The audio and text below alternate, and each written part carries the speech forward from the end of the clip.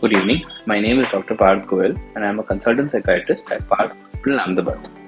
In continuation with our video series, today I would like to discuss with you all a very interesting illness in psychiatry known as bipolar mood disorder. As the name suggests, bi means two. In this illness, there are two distinct poles which are very different from each other. Bipolar basically has two main aspects. One is known as a manic state and the second is known as a depressive state. Every patient who suffers from bipolar mood disorder will alternate between three states. One is the manic state, second is the depressive state, and third is a state of normalcy where he or she is neither manic nor depressive.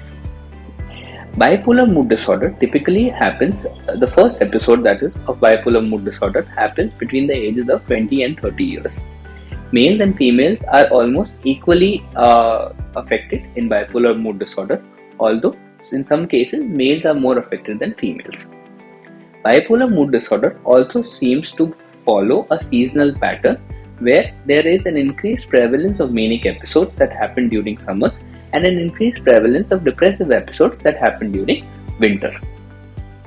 Bipolar mood disorder is of two types, that is bipolar type 1 and bipolar type 2. The difference between type 1 and type 2 is the degree of manic symptoms that a patient experiences.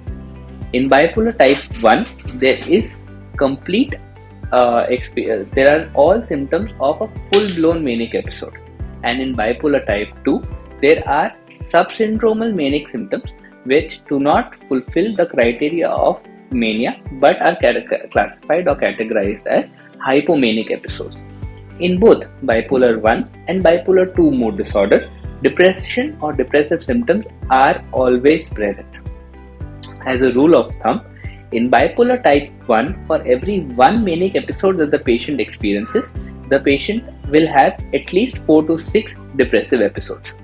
In bipolar type 2, the prevalence of these depressive episodes can go up to 20 to 40 episodes for one hypomanic episode. For all practical purposes, we will not be discussing bipolar type 2 as it is not very common and not very commonly diagnosed also. Let us first look into bipolar type 1. Bipolar type 1 patients typically present with a graph of a manic episode followed by a period of normalization followed by a depressive episode. Now, what exactly is a manic episode? Mania, as the name suggests, is a state of heightened euphoria or elation. That means, to put it in simple words, patient is unexpectedly, disproportionately happy for no reason. The patient experiences a state of euphoria, that is intense happiness, and it is also often accompanied by a state of irritability where if a patient is intensely happy, whenever somebody disagrees with them, out of their sense of supreme happiness, they tend to become irritable. For the diagnosis of mania, either intense happiness or intense irritability need to be present. Now, manic episodes have other symptoms. Let me discuss some symptoms with you which are very important in diagnosing a patient with mania. The most important feature of mania is a sense of increased energy. Increased energy will reflect both in the form of thought and in the form of action. Patients with mania experience a lot of thoughts. They can have multiple thoughts happening at the same time. This is known as racing of thoughts. The response to these thoughts, patients often once they start talking, they diverge from one topic to another. Often the listener does not know where the topic started and where this ended. This is known as derailment of speech, as they are not able to complete a single thought in their brain, and by the time they complete a thought, the second thought already takes over. Also, there is an increased energy level, but because they are not able to focus or concentrate at one task, they keep on doing multiple tasks without completing even a single task. Also, their need for sleep reduces, their need to eat or their appetite can also go down. During a manic episode, patients can, because of their elation, because of their happiness, because of their euphoria, can have a delusion of grandiosity. Delusion of grandiosity means a state of mind where they feel that they have excessive power, they have excessive money, or they have excessive control over things that is actually not true. During such manic episodes, patients tend to spend a lot of money lavishly on things that they cannot typically afford. They can also become very charitable and give away huge sums of money to people whom they think need it the most. Also, it is a period of disinhibition where patients in a manic episode can go out and talk to anybody on the road. They can start befriending strangers, they can start inviting strangers to their home, and a variety of such symptoms can happen. When mania is associated with irritability, patients can become extremely irritable when checked or when asked not to do something. In some cases of bipolar mood disorder, where mania is a predominant symptom, patients can also develop a psychotic episode whereby they start developing paranoia towards other people.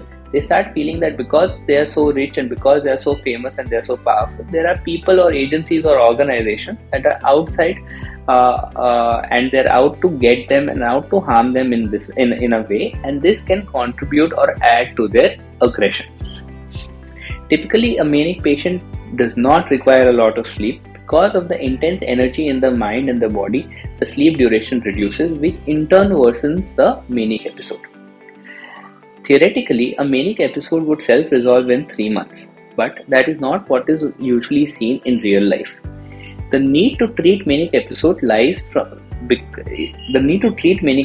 primarily because of the uncontrollability of symptoms and the fact that a manic patient can be at risk both to himself or herself and to the people and things around him or her.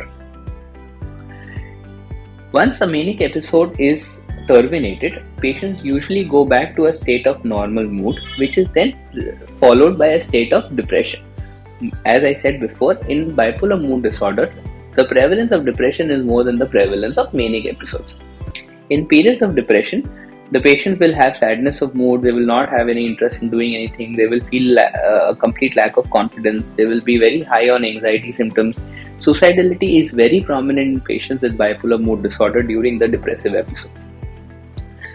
A well-known example of bipolar mood disorder is the singer and rapper Honey C, who has publicly acknowledged his illness and has given multiple interviews describing how different both the phases are.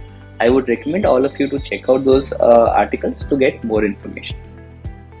The problem with the depressive phase in a bipolar mood disorder is it is typically more severe depression as compared to patients with unipolar depression where there is no other manic episode.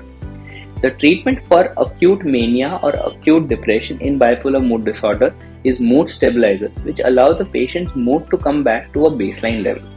If there are associated psychotic symptoms, antipsychotics are given. In most cases, patients with mania or manic symptoms are uncontrollable at home and require hospitalization. Electroconvulsive therapy becomes the treatment of choice for such patients who are exhibiting a lot of rage, aggression, or are exhibiting a lot of grandiosity, which is causing them to take risky decisions, indulge in risky behavior, spend excessively. Electroconvulsive therapy helps in controlling the acute phase of mania very spontaneously and almost immediately. 6 to 8 sessions of electroconvulsive therapy are required, which are given either an in-house basis or on OPD basis depending upon the patient's condition. Electroconvulsive therapy, in addition to medication, also has a long-term effect on reducing the number of episodes which might happen in the future. Other methods of treatment include medication, normalization of the sleep regimen, removing any particular stressor or psychological factor that could contribute in the occurrence of a manic symptom. Manic symptoms are relatively easier to treat. Depressive symptoms in some patients with bipolar mood disorder can be very tricky and very resistant to treatment. Therefore, it is very important to have a regulated medical regimen of medicines, counseling, psychotherapy, psychosocial interventions, which will help these patients live a normal life. Also, bipolar mood disorder is very commonly seen in patients who consume multiple addictive substances such as cannabis, cocaine, or any other drugs. Complete stoppage of these narcotic substances and addictive substances is absolutely essential in controlling bipolar mood disorder. I hope this video has been able to give you a brief idea of what bipolar mood disorder is, what are the different phases of my bipolar disorder, what are the different types, and what are the different symptoms and their treatment of bipolar disorder. I will be talking about bipolar disorder and covering the other smaller aspects of it in a separate video. If you wish to know more about the same, please log on to our website www.parthhospital.com. There are other videos linked up in our description. Hope you enjoyed it. Have a great day. Thank you.